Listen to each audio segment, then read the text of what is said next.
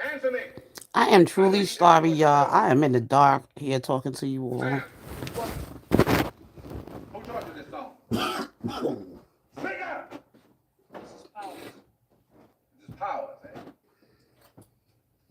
Come with me, all of you.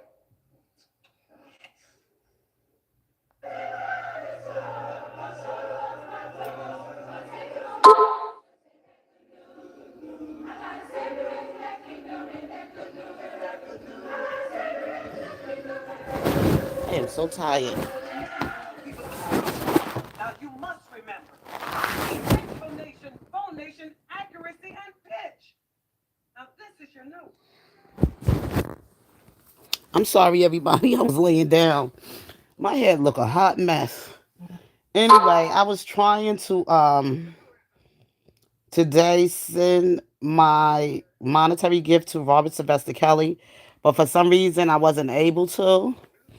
Let me put a scarf on my head because I look so terrible. But anyway, I was trying to send a monetary gift to him today, and for some reason it was not processing.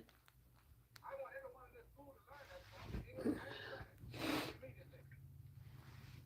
Take a bow. I gotta find out what's going on. Maybe I was doing something that wasn't right, but it wasn't going through. My process wasn't going through.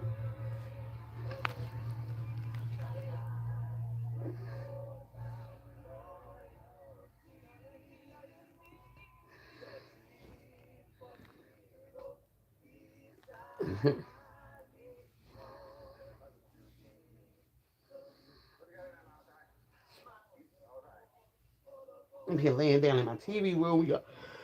Oh my God.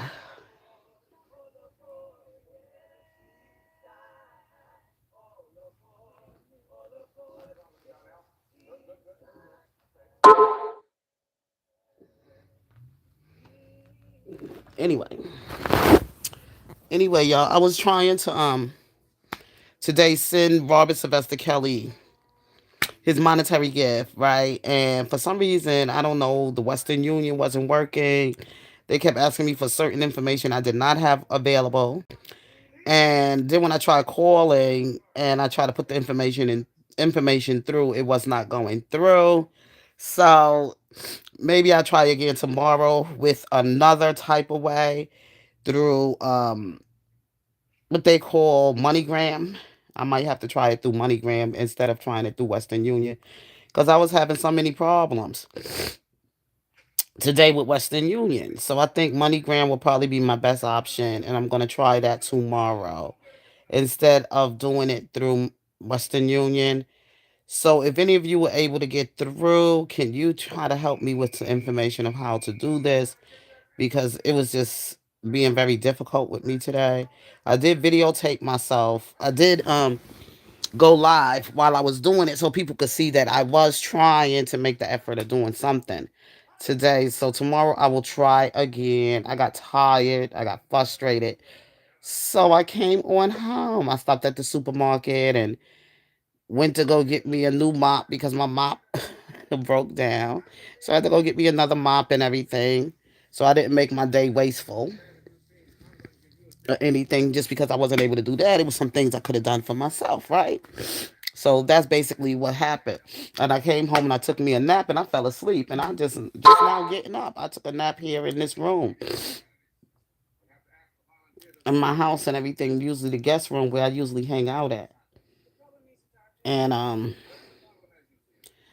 do most of my lives and everything else. So I won't disturb anybody else in the house. So I just come out here.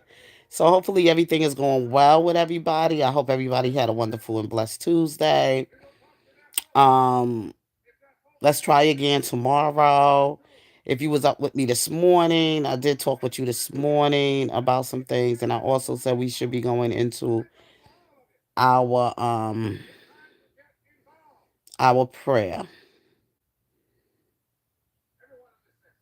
We should be going into our prayer for full convocation.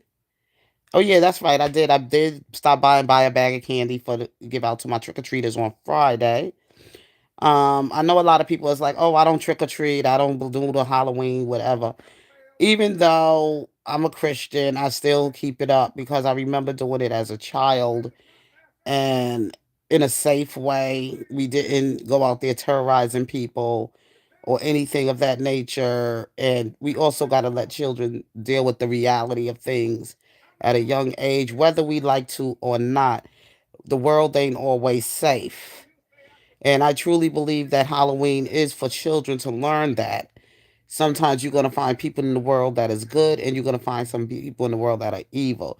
So you want to teach them as much as you can when they're young in a way where they don't grow up out of reality. Okay? They don't grow up without the reality because the world is not always safe. And I think that's what Halloween represents in the world: tricks or treats, good or evil. So I'm not going to take away what's good for a child. It tells us that in the Bible. Some things we did as children, we want to continue to keep so that they will learn as they grow up in the world that we live in. You can't always protect them all the time. Like, look at some of the stories we see go on now on some of these young people going missing, and sometimes even their own parents are harming them, are doing harm to them. So, excuse me. So you want to bring as much as you can to them in reality, in life as you can. Like some people, like I was telling the guy in the supermarket, I said, those parents that go to church all the time, them churchy folks that want to keep their kids more holier than thou. The kids get out of the church and they never come back, and you see why. You see why, because they rebel. They rebel because it's a lot of things you try to make them have the fear of God about. But the most important thing is teaching them when to do certain things, where you can behave a certain way and when you cannot behave a certain way. There's a time to listen and learn, and there's a time to play. There's a time for everything. We learned that in the book of Ecclesiastics. There's a season for everything. There's a time for everything. There's a time to love. There's a time to love. There's a time to hate. There's a time to mourn. There's a time to rejoice. There's a season for everything. So that's basically the instructions that we're giving. And from the wisdom of Solomon, is there is a time to do everything. When God poured himself into these people in the book of life, in the book of life, there is all stories to life about everybody. Everything we do is all written in the book of life. It's all written in the book of life. There is going to be a time you're going to hate somebody and you can't stand their guts, and you're going to want to do whatever you can to get back at them the way you want to get back at them. But when you think about it, is it worth it? Is it worth giving up your freedom? Is it worth you having to go to prison for the rest of your life, where you won't be able to see your loved ones as often as you would like to? Or would you have to be away from society like that for a long period of time? Is it worth it? There's sometimes you got to sit back and you have to think about, before I take any action against this person's life, these are the consequences. Is it worth me being away from home, away from my loved ones, away from society? Okay, missing out on everything that is going to happen. Like when my brother was incarcerated, he missed out on a lot of things with us. He missed out on the birth of our firstborn niece. He missed out on a lot of things in the family. So when he came home, he didn't know nobody. Nobody knew him. Nobody didn't trust him because he'd been away so long. In that space, that time, people don't trust you. They be like, yo, he got that prison mentality. He might come in my house and kill me, or he might come in my house and stab me in my sleep. Because they come out with that prison mind. They not the same person that they were when they went inside of the prison. You understand? That's why I say why we have to stay so connected to R. Kelly. You know, we got to continue to write to him every season that comes. Is we still here? We still send him a card. We still send him a letter. We keep him updated with everything that's going on because we don't want him coming out not remembering nothing. Want to keep his mind sharp and keep him strengthened, keep him lifted, keep him encouraged in the Word of God. No, he don't deserve what these people done to him. No, he don't deserve that. But these people are going to get what's coming to them. Don't hate them. Don't even get into no arguments with them. Don't try to take it into your own hands because they not worth it. They not worth it. They not worth it. Because you are worthy. You are worthy. And so is Robert Sylvester Kelly. So don't even get yourself all upset and get your body all breaking down and your nerves all worked up. Don't you get yourself sick so you can turn yourself into an early grave. Don't you get yourself worked up over these people. Don't you even get yourself worked up with this going on with this government right now. You just pray and don't worry. And I know it's hard times right now. It's a hard time for people right now, especially those people who really depend on those food stamps Let me just tell you what I think. I know why you like Doc. He's a guard dog. to feed their families. The black spoken line. That's fine.